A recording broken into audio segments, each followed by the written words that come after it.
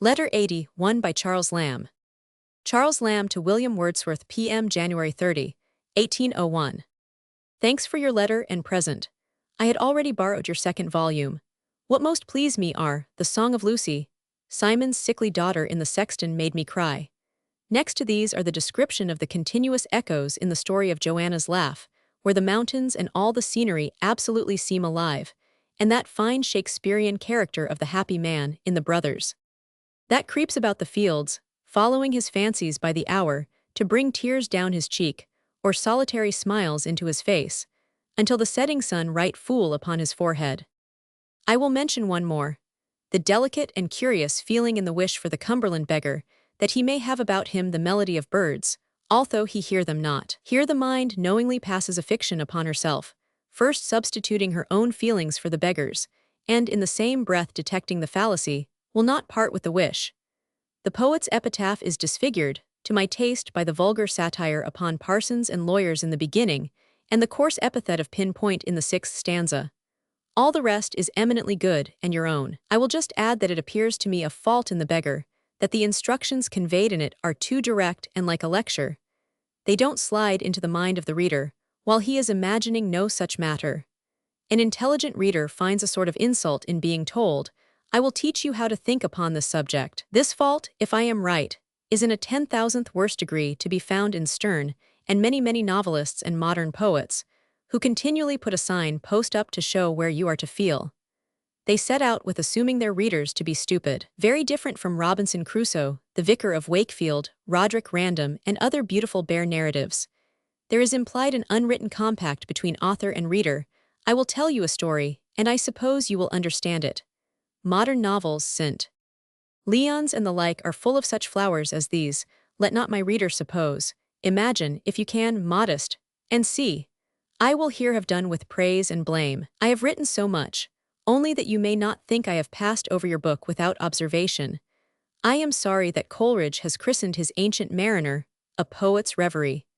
It is as bad as Bottom the Weaver's declaration that he is not a lion, but only the scenical representation of a lion. What new idea is gained by this title, but one subversive of all credit, which the tale should force upon us, of its truth? For me, I was never so affected with any human tale. After first reading it, I was totally possessed with it for many days.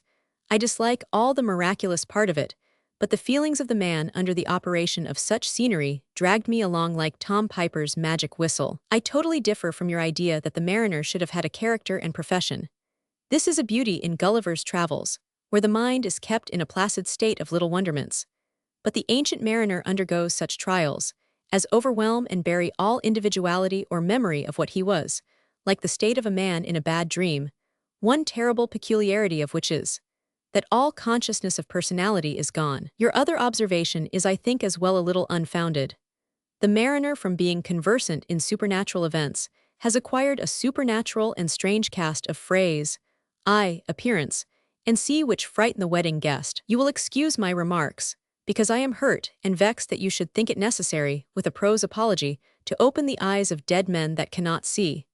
To sum up a general opinion of the second vol, I do not feel any one poem in it so forcibly as The Ancient Mariner, The Mad Mother, and the lines at Tintern Abbey in the first. I could, too, have wished the critical preface had appeared in a separate treatise. All its dogmas are true and just, and most of them new, as criticism.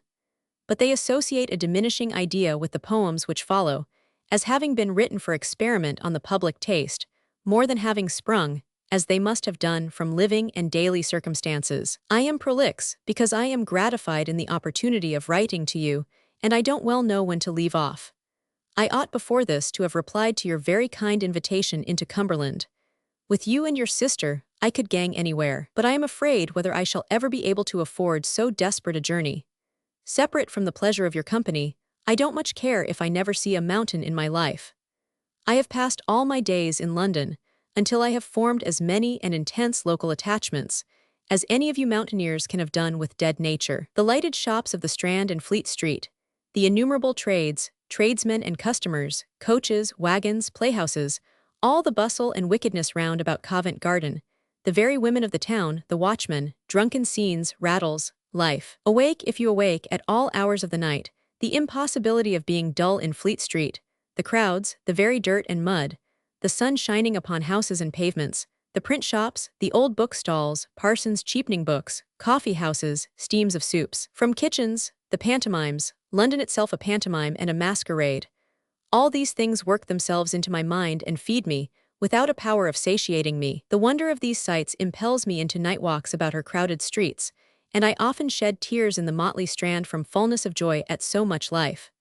All these emotions must be strange to you. So are your rural emotions to me. But consider, what must I have been doing all my life, not to have lent great portions of my heart with usury to such scenes? My attachments are all local, purely local. I have no passion, or have had none since I was in love, and then it was the spurious engendering of poetry and books to groves and valleys. The rooms where I was born, the furniture which has been before my eyes all my life, a bookcase which has followed me about like a faithful dog, only exceeding him in knowledge, wherever I have moved, old chairs, old tables, streets, squares where I have sunned myself, my old school, these are my mistresses. Have I not enough without your mountains? I do not envy you.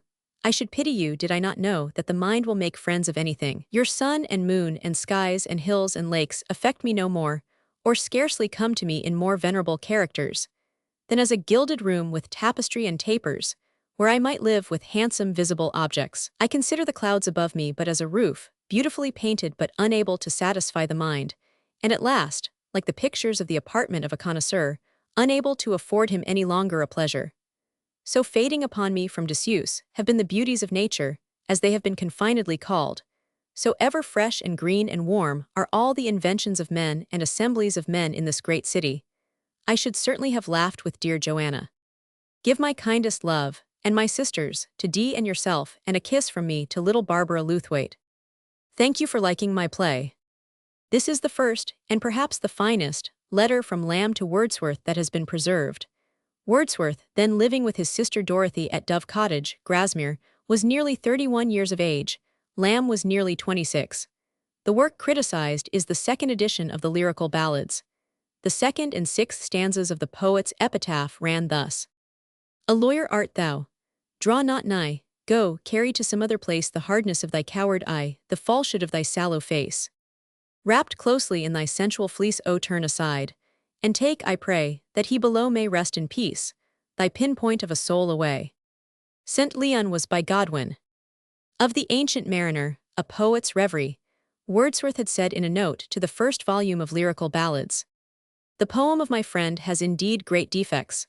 First, that the principal person has no distinct character, either in his profession of mariner, or as a human being who, having been long under the control of supernatural impressions, might be supposed himself to partake of something supernatural. Secondly, that he does not act, but is continually acted upon. Thirdly, that the events having no necessary connection do not produce each other. And lastly, that the imagery is somewhat too laboriously accumulated. The Mad Mother, the poem beginning, Her eyes are wild, her head is bare. I could, too, have wished. The passage from these words to Don't well know when to leave off used to be omitted in the editions of Lamb's letters. When Wordsworth sent the correspondence to Moxon for Talfourd's use in 1835, he wrote, There are, however, in them some parts which had better be kept back. I have also thought it proper to suppress every word of criticism. Wordsworth meant adverse criticism upon my own poems. Those relating to my works are withheld, partly because I shrink from the thought of assisting in any way to spread my own praises, and still more I being convinced that the opinions or judgments of friends given in this way are of little value. Joanna, Joanna of the Laugh, Barbara Lewthwaite, see Wordsworth's Pet Lamb. Thank you for liking my play. We must suppose this postscript to contain a touch of sarcasm. Lamb had sent John Woodville to Grasmere and Keswick. Wordsworth apparently had been but politely interested in it. Coleridge had written to Godwin, talking of tragedies, at every perusal my love and admiration of his Lamb's play rises a peg. Here should come a letter from Lamb to Robert Lloyd, dated at end February 7, 1801, not available for this edition. It is one of the best letters written by Lamb to Robert Lloyd, or to anyone. Lamb first praises Izaak Walton, whose Complete Angler he loved for two reasons, for itself and for its connection with his own Hertfordshire country, Hoddesdon, Broxbourne, Amwell and the Ware neighbourhood. The letter passes to a third eulogy of London. Lamb closes by remarking that Manning is a dainty chiel, and a man of great power, an enchanter almost.